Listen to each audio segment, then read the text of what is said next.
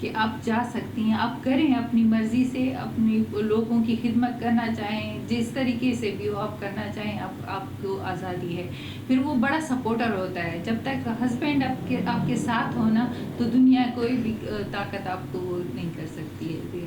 اگر عوامی national party میں نہیں ہوتی تو اس کے بعد کون سا آپشن تھا کہ آپ سمجھتے ہیں کہ اگر وہ سیاسی جماعت میں جاتی؟ نہیں, میں نے کبھی سوچا نہیں ہے کہ میں عوامی نیشنل پارٹی کے بغیر بھی کسی اور اس میں, کیونکہ میں نے باچا خان بابا کی تعلیمات کے بارے میں بہت پڑھا نا پہلے سے, اور گھر میں ہماری ڈسکشن بھی اسی کی باتوں پہ ہوتی تھی. تو وہ خدائی خدمت گار تھے, اور میں خود چاہتی ہوں کہ میں عوام کی خدمت کروں, نہ کسی کے عہدے کے لیے یا سیٹ کے لیے میں باہر نکلتی ہوں. میں عوام کی خدمت کے لیے, کیونکہ میرے بچے پہلے جو میری ذمہ داری تھی تو میرے بچے چھوٹے تھے تو میں نہیں کر پائی, لیکن اب ماشاءاللہ میں کرنا چاہتی ہوں.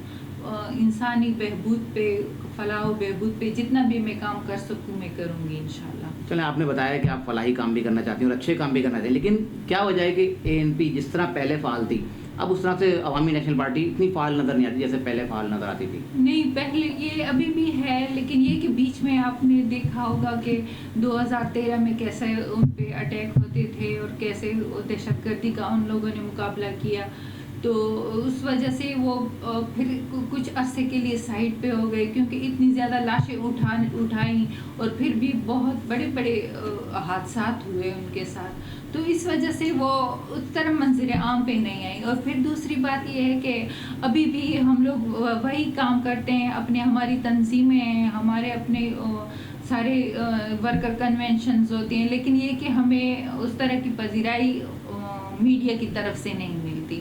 اگر میڈیا ہمیں شو کرتا نا تو پھر دنیا کو بھی شو ہو جاتا, لیکن آج کا وہی ہے کہ ہم لوگ ماشاءاللہ کرتے ہیں, اپنی ایکٹیویٹیز جاری رکھتے ہیں. ابھی بھی ہمارے کراچی میں کتنے زبردست طریقے سے ہمارے کنونشنز ہوئے, صوبائی لیول پہ, اسی طرح مرکزی لیول پہ ہوتے ہیں ہمارے.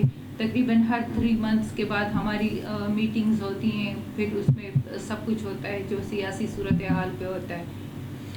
یہ سوال ایسے پوچھنا رہا ہے, لیکن میں پھر بھی پوچھوں گا کہ موجودہ حکومت کی کارکردگی آپ کس طرح دیکھتے ہیں؟ تو موجودہ حکومت کی کارکردگی کا تو سب کو پتہ ہے کہ کس طرح غریب عوام غریب ہی ہوتا جا رہا ہے, اور جو بیچ والا جو مڈل طبقہ تھا وہ غریب ہو رہا ہے, کیونکہ اب وہ سفید پوشی ختم ہو گئی ہے اتنی دیر. تو اس سے زیادہ ہم حکومت کو کس نظر سے دیکھیں گے, کیونکہ وہ بلندی کی طرف تو نہیں جا رہی ہے, پستی کی طرف جا رہی ہے. اپوزیشن ہمیشہ سے ہی جو ہے حکومتی جماعتوں کو تنقید کا نشانہ بناتی ہے. آپ کے پاس کوئی ایسا پلان ہے کہ اگر آپ کو حکومت مل جائے تو آپ ملک سے یہ غربت اور یہ دیگر مسائل ختم کر سکیں؟ یہ تو وقت ہی بتائے گا کہ اگر ہمیں حکومت مل گئی تو ہم کیا کر سکتے ہیں. لیکن پہلے بھی ہمیں حکومت ملی تھی پختونخوا میں, اس میں ہماری حکومت نے بہت ساری سب سے زیادہ جو کام کیا ہے وہ تعلیم پہ کیا ہے. بہت ساری یونیورسٹیز بنائے, کالجز بنائے, اور خواتین خاص کر بچیوں اور خواتین کی تعلیم پہ زیادہ زور دیا گیا ہے, کیونکہ یہ ہمارے باچا خان بابا کی تعلیمات میں شامل ہے کہ ان کو خواتین کو زیادہ عزت, احترام اور تعلیم دینا چاہیے, جو کہ مل رہا ہے. جیسا کہ آپ نے بتایا کہ خواتین کو ظاہر سی بات تعلیم کو عام کرنا باچا خان صاحب کا بالکل وہ رہا ہے, فلسفہ رہا ہے. تو خواتین اس طرح سے ANP میں شمولیت اختیار کیوں کرتی ہیں, یا اتنی تعداد میں کیوں نہیں ہے, اس کی کیا وجہ ہے؟ کیا اس پہ آپ لوگ کام نہیں کر رہے؟ نہیں, بیسیکلی جو ہے وہ پختون خواتین جو ہیں باہر نکلنا بہت مشکل ہوتا ہے. پھر کچھ چند سالوں میں تو بہت زیادہ مشکلات اس وجہ سے ہوئی جو دہشت گردیاں ہو رہی تھی. اب تو ماشاءاللہ سے ہمارے جو بچیاں ہیں وہ اسٹوڈنٹ لیول سے بھی اس میں پارٹی کے حصے میں ہیں, چاہے وہ ایجوکیشن میں ہو, وہ ملگری ڈاکٹران ہیں, وہ ملگری استاذان ہیں, اس سارے اس میں ہیں, وکلاء ہیں, ان تنظیموں میں بھی ہماری بچیاں بیٹیاں سب آ گئی ہیں. تو یہ ہے کہ کچھ عرصے کے لیے کچھ فرق پڑا, کیونکہ آپ کو پتہ ہے کہ ہر ایک کو اپنی عزت پیاری ہوتی ہے, جان پیاری ہوتی ہے. تو پھر پختون بھائی تو ماشاءاللہ سے اپنے اس کو بہت زیادہ اس میں لے لیتے ہیں. اچھا, اب آتے ہیں ملک کی موجودہ جو سیاسی صورتحال ہے اس پر. پی ڈی ایم سے علیحدگی کی کیا وجہ تھی جو اے این پی ڈی ایم سے علیحدہ ہوئی؟ بالکل نہیں، ہم پی ڈی ایم سے ہم علیحدہ نہیں ہوئے تھے. جنہوں نے ہمیں علیحدہ کیا وہ ان کو پتا ہوگا کہ اس طرح ہم ماشاءاللہ سے اپنا آئین رکھتے ہیں، اپنا منشور رکھتے ہیں. تو آئین اور منشور پہ ہم تو کسی کے ساتھ سمجھوتا نہیں کریں گے. ہم اب اصولوں کی سیاست کرتے ہیں، ہمیشہ اصولوں کی سیاست کی اور اصولوں کی سیاست ہی کریں گے.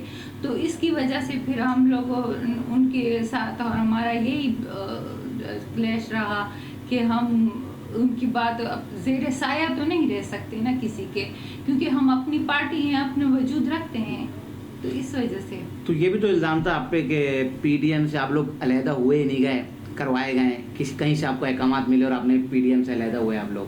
نہیں. تو آپ لوگوں نے دیکھا ہوگا کہ مولانا صاحب کے کس طرح کے بیانات تھے یا اس کے دوسروں کے بیانات تھے. ہم تو ابھی بھی اپوزیشن کا اس کے اسمبلی کے فلور پہ ابھی بھی اپوزیشن کا ہی ساتھ دے رہے ہیں. اگر ایسی بات ہوتی تو ہم ابھی اپوزیشن کا ساتھ نہیں دیتے. ٹھیک. اب یہ بتائیں کہ آئندہ آنے والے انتخابات، خاص طور پہ بلدیاتی انتخابات، اس حوالے سے آپ کی کیا تیاری ہے؟ الحمدللہ بلدیاتی انتخابات کی جو ہماری تیاری ہے وہ تو بہت بیسٹ ہے. پہلے تو پختونخوا میں ہو رہے ہیں سب سے پہلے شاید، تو اس میں بھی آپ کو انشاءاللہ رزلٹ کا پتہ چل جائے گا. بہت بھرپور طریقے سے حصہ لیا جا رہا ہے اور ہماری جو زیادہ وہ ہے مقابلے آ رہے ہیں وہ اس کے ساتھ پی ٹی آئی کے ساتھ ہمارے ہی آ رہے ہیں اکثر جگہوں پہ. ابھی سندھ حکومت کی جانب سے اسمبلی میں بلدیاتی ترمیمی بل 2021 جو پیش کیا گیا ہے، اس پہ آپ کو کوئی تحفظات ہیں؟ بالکل ہمارے تحفظات ہیں، کیونکہ ان میں نہ کسی سے مشورہ کیا گیا ہے سیاسی جماعتوں کے ساتھ. اگر وہ لوگ مشورہ کر لیتے تو کبھی بھی یہ بل اتنا آسانی سے پاس نہیں ہوتا، کیونکہ ان لوگوں نے جو اختیارات دیے ہیں وہ بہت محدود اختیارات ہیں اور وہ شہر کے مفاد میں نہیں ہیں. کیونکہ ہم بھی یہاں پہ رہتے ہیں، ہماری زیادہ سیکنڈ میجورٹی ہماری ہے، پختونوں کی ہے.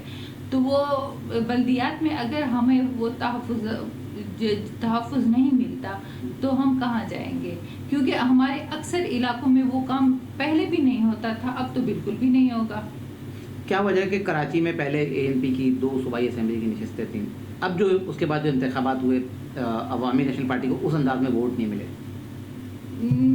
یہ کہ ہم لوگوں نے کوشش بہت کی تھی. میں پہلی مثال میں اپنی دے دوں گی کہ میں نے بہت زبردست کمپین چلائی، سب کچھ کیا، لیکن اگر سیٹ آنی ہوتی تو مفتاح اسماعیل کی آتی. نون لیگ یہاں میرے حلقے میں زیادہ مضبوط تھے، لیکن آئے پی ٹی آئی کے علی زیدی. مطلب آپ کو بھی تحفظات ہیں کہ دھاندلی کی گئی ہے جیسا کہ تمام سیاسی جماعتیں؟ میں نے تو اگر دھاندلی نہ کی گئی ہوتی تو ہماری سیٹس بہت زیادہ آتی. لیکن یہ کہ اب کہنا اب بہت ٹائم گزر چکا ہے، اس سے بہتر ہے کہ انسان اب نہ ہی کہے، بولتے بولتے تھک گئے. اب آئندہ اگر آنے والے انتخابات میں انشاءاللہ پھر سب کو واضح ہو جائے گا. اگر واقعی میں فیئر الیکشن ہوئے تو آپ کو پھر پتہ چل جائے گا. آپ ایک کوئی پیغام جو ہمارے توسط سے پاکستان کی عوام اپنے کارکنان کو دینا چاہیں؟ میں اپنے کارکنان اور عوامی نیشنل پارٹی کے سارے کارکنان کو یہی کہوں گی کہ ہمارے باچا خان بابا نے جو تعلیم دی ہے کہ اے پختونوں ایک ہو جاؤ، ورنہ ہم لوگ گم ہو جائیں گے. تو یہ لفظ میں پشتو میں بھی بولوں گی، اے پختونوں یا بورکی گو یا بیو کی گو. Thank you. بہت بہت شکریہ. اے پختونوں تم ایک ہو جاؤ. شازیہ مروت صاحبہ بہت بہت شکریہ. امید کرتے ہیں کہ آپ کو ہمارا یہ انٹرویو پسند آئے گا. اپنی قیمتی رائے سے ضرور آگاہ کریے گا. انشاءاللہ نئے پروگرام میں نئے مہمان کے پھر حاضر ہوں گے. تب تک کے لیے اجازت دیجیے. اللہ حافظ.